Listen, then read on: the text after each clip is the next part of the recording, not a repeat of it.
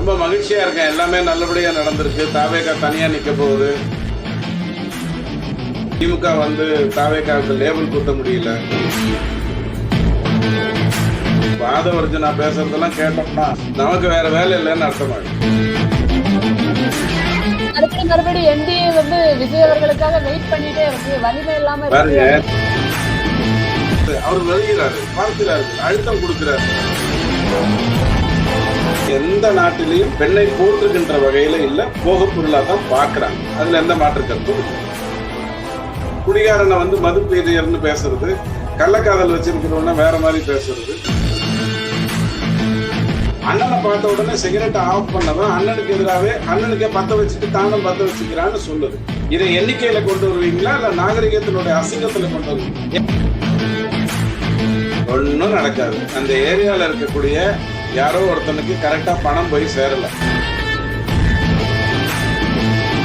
திமுகலேயே படம் தின்னு கொட்டை போட்டு அதிலேயே பிறந்து அதிலேயே வளர்ந்தவங்க விளாத்தி குளம்ல எப்படி நடத்தணுமோ அப்படி நடத்திக்கிறாங்க. அவசரப்பட்டு அதிமுக இருந்து வந்து தான் யாருன்னு காட்டணும்னு நினைச்சு இந்த உதார விடுற கேஸ் செந்தில் பாலாஜி மாதிரி இருக்கிறவங்க கரூரை ஹேண்டில்.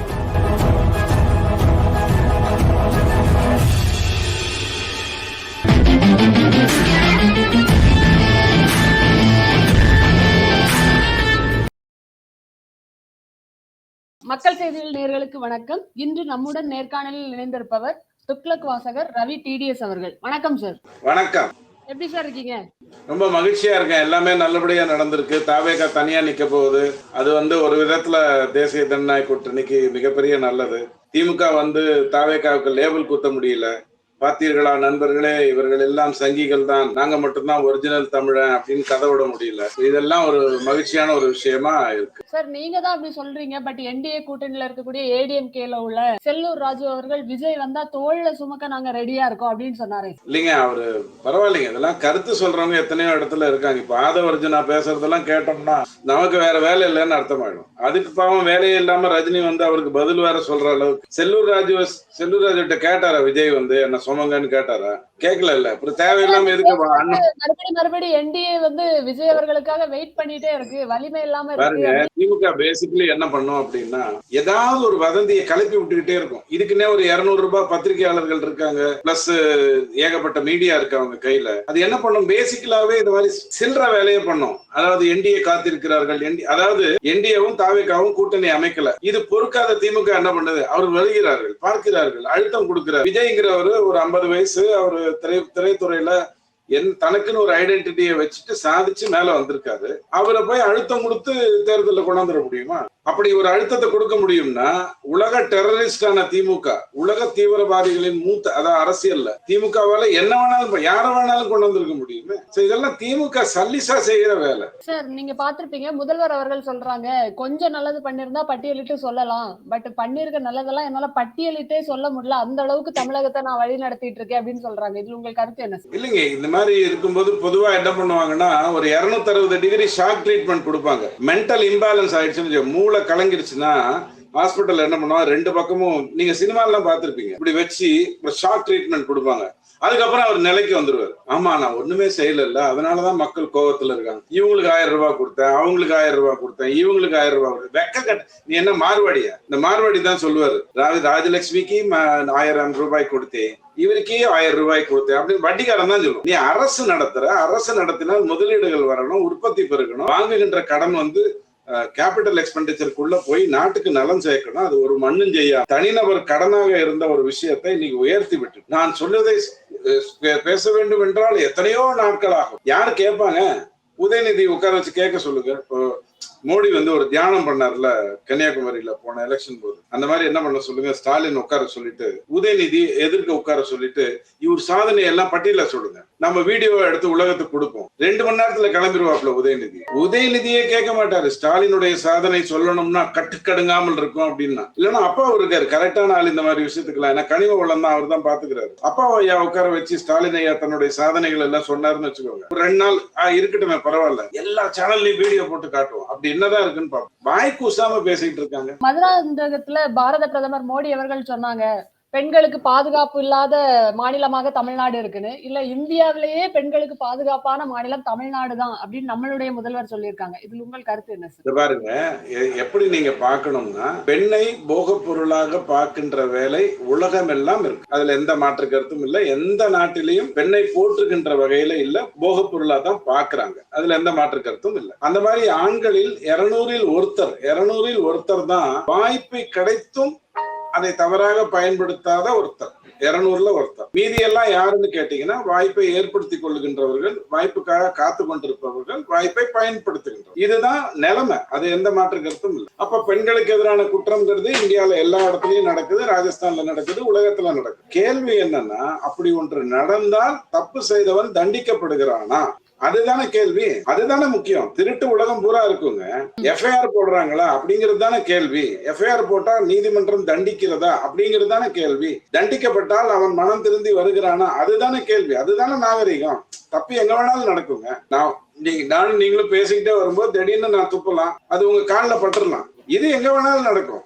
நான் அதுக்கப்புறம் ஜிங்கு நடந்து போனேன்னா உங்களுக்கு கோவம் வருமா வராதா? அப்போ இந்த மாதிரி கேவலமான பாலியல் தொல்லைகள் நடக்கும் பொழுது அவங்கள கௌரவிக்கிற மாதிரி பேசுறது, குடிகாரனை மது பிரியர்னு பேசுறது, கள்ளக்காதல் வச்சிருக்கிறவன வேற மாதிரி பேசுறது, அவன் என்ன அடுத்த வீட்டு பிரியன்னு சொல்லுவோமா? இந்த மாதிரியான முட்டாள்தனங்கள் நடக்கிறது திமுக தான். அதிமுக அரசுலயோ இதுலயோ பெண்களுக்கு எதிரான பாதுகாப்புங்கிறது தவறு நடந்தால் தப்பு செய்யறவனுக்கு ஒரு பயம் இருக்கும், தண்டனை இருக்கும். இங்க ஒரு மண்ணும் இல்ல. சார் இருக்காருங்க, இவரே ஒப்புதல் வாக்குமூலம் கொடுத்திருக்காரு. மத்தவங்களை விட்டுருங்க, இவர் ஒப்புதல் வாக்குமூலம். நேத்து சி.வி. சண்முகம் அவர்கள் பேசினதை நீங்க பாத்திருப்பீங்கன்னு நினைக்கிறேன். எனக்கும் தான் கனவு இருக்கு, நயன்தாரா வேணும்னு அப்படின்னு தேவையில்லாத ஒரு வார்த்தையை விடுறாங்களே. இங்க பாருங்க, கருணாநிதி ஐயா பேசியதையெல்லாம் எடுத்து சொல்லணும்னு சொன்னா இன்றைக்கு இருக்கக்கூடிய இளைய தலைமுறைக்கு என்னுடைய நாட்டை பற்றி அசிங்கமான ஒரு எண்ணம் வந்துருங்கிறதுனால நான் சொல்லாம இருக்கேன். அண்ணாதுரை என்பவர் மிகப்பெரிய அறிஞர், பேரறிஞர், அப்படி இப்படின்லாம் சொல்லுவீங்க. அதெல்லாம் வச்சுக்கோங்க ஒரு ஓரம். நீங்க நம்புங்க, அதுல ஒண்ணும் தப்பு கிடையாது, நான் குற்றம் சொல்லல. ஆனால் அவர், நான் ஒன்னும் புத்தன் இல்லை, முற்றும் துறந்த முனிவன் இல்லை, அவள் ஒன்னும் பதித்தாண்டா பத்தினி இல்லைன்னு சொன்னார். எதுக்கு சொன்னாரு? எந்த சந்தர்ப்பத்துக்காக சொன்னாரு? எந்த கேள்விக்கு பதில் சொல்லும் போது சொன்னாரு? நாகரிகத்தை பத்தி திமுக பேசணும்னு சொன்னா அது காட்டு மிராண்டி கூட்டத்துல வேணா அப்படி இருக்கலாம். களவியல் வாழ்க்கை வாழ்ந்த தமிழகத்துல வேணா திமுக போய் பாடம் எடுக்கலாம். நாகரிகம் என்பது அப்படின்னு பாடம் எடுக்கலாம். படிச்சவங்க இருக்கிற, உழைப்பாளிகள் இருக்கக்கூடிய, இன்றைய கடந்த ஒரு 400-500 வருடமாக இருக்கக்கூடிய இந்த தமிழ்நாட்டுல திமுக நாகரிகம் சி.வி. சண்முகம் பேசுனது தப்புதான். இவங்க எல்லாம் வளர்ந்ததே இப்படித்தான். தாயையும் தங்கையையும் சகோதரியையும் மனைவியையும் வேறுபடுத்தி பார்க்க தெரியாத ஈனப்பிறவிகளாகத்தான் இவங்க எல்லாம் வளர்ந்திருக்காங்க. என்னுடைய கேள்வி என்ன அப்படின்னு சொன்னா, யாருக்கோ ஒருத்தருக்கு விலை போகின்ற ஒரு பெண்ணாக இருந்தால் கூட அவளை பற்றி பொதுவிடத்தில் பேசுறதுக்கு உனக்கு அருகதை கிடையாது, நியாயம் கிடையாது. போன ஆட்சியில 420களுக்கு மேல குற்றங்கள் இருந்து நாங்க இப்ப 401 மாத்திருக்கோம் அப்படின்னு டிஜிபி அவர்களே பேட்டி கொடுக்குறாங்க. நான் ஒரு அரசாங்கம் எதை பார்த்து பெருமைப்படணும் தெரியுமா? போன ஆட்சியில 16% கமிஷன் வாங்கினாங்க, நாங்க இப்ப 14% தான் வாங்குறோம்னு சொன்னா அது ஒரு விதத்துல பெருமை, ஒரு சந்தோஷம். படிப்படியா குறைப்பாங்க அப்படிங்கிற ஒரு எண்ணம் வரும். பர்சன்டேஜ் எதுல பேசுறது? குற்றங்களை எண்ணிக்கையில பேச சொல்றீங்களா? ரொம்ப தப்பு. இப்படி சொல்லட்டுமா, எங்க தாத்தா காலத்துல எல்லாம் 1000 பேர் சிகரெட் பிடிச்சிட்டு இருந்தாங்க. 4000 பேர் சிகரெட் பிடிக்கிறது யாருக்கும் தெரியாம இருந்தது. எங்க அப்பா காலத்துல 2000 பேர் சிகரெட் பிடிச்சிட்டு இருந்தாங்க. 2000 பேர் சிகரெட் பிடிக்கிறது யாருக்கும் தெரியாம இருந்தது. என்னுடைய காலத்துல 3000 பேர் சிகரெட் பிடிக்கிறாங்க. 1000 பேர் சிகரெட் பிடிக்கிறது யாருக்கும் தெரியாம இருந்தது. இது எவ்வளவு பெரிய புள்ளி விவரம். இது என்ன தெரியுமா சொல்லுது? மறைஞ்சிருந்து பிடிச்சவன் எல்லாம் டைரக்டா ஸ்ட்ரைட்டா பிடிச்சிட்டு இருக்கான்னு சொல்லுது. அண்ணனை பார்த்த உடனே சிகரெட்டை ஆஃப் பண்ணவன் அண்ணனுக்கு எதிராகவே அண்ணனுக்கே பத்த வச்சுட்டு தானும் பத்த வச்சுக்கிறான்னு சொல்லுது. இதை எண்ணிக்கையில கொண்டு வருவீங்களா இல்ல நாகரிகத்தினுடைய அசிங்கத்துல கொண்டு வருவீங்களா? எங்க 2 வயசு குழந்தைய ஒருத்தன் கெடுக்கணுங்கிற அளவுக்கு அவனுடைய சரக்கு, டிஆர் பாலுடைய சரக்கு அவ்வளவு கேவலமா இருந்திருக்கு. இதை குற்றத்துல கொண்டு வருவீங்களா? இதை எண்ணிக்கையில பேசுவீங்களா? ஒழுக்கம் தான் காரணம்னு மீடியாக்களே பேசுறாங்களே சார், நிறைய பேர் பேசுறத கேட்க முடியுது. நான் திரும்பவும் சொல்லட்டுமா, இந்த கேள்வி எல்லாம் அப்படியே ஒரு ஓரமா தூக்கி போட்டுருங்க. ஏன்னா கற்புனா என்ன அப்படிங்கிறதுக்கு ஒரு விளக்கம் கொடுத்த ஒரு நடிகை எதிர்ப்பு குரல் வைக்கிறாங்க.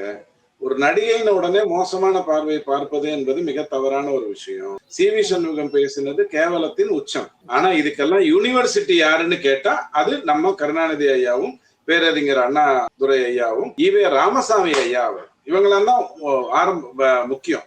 4:30 மணிக்கு மேல ஈவே ராமசாமி ஐயா என்ன செய்து கொண்டிருந்தாருங்கிறது புத்தகங்களில் எழுதப்பட்டிருக்கு. அங்கிருந்து தொடங்குது இந்த கேவலம் எல்லாம். கனிமொழி அவர்கள் தூத்துக்குடி அங்க போகும்போது மக்களால் அவங்களே புறக்கணிக்கப்பட்டிருக்காங்க. இது எலெக்ஷன்ல ஏதாவது ஒரு மாற்றத்தை கொண்டு வரும்னு நினைக்கிறீங்களா சார்? ஒன்னும் நடக்காது. அந்த ஏரியால இருக்கக்கூடிய யாரோ ஒருத்தனுக்கு கரெக்டா பணம் போய் சேரல.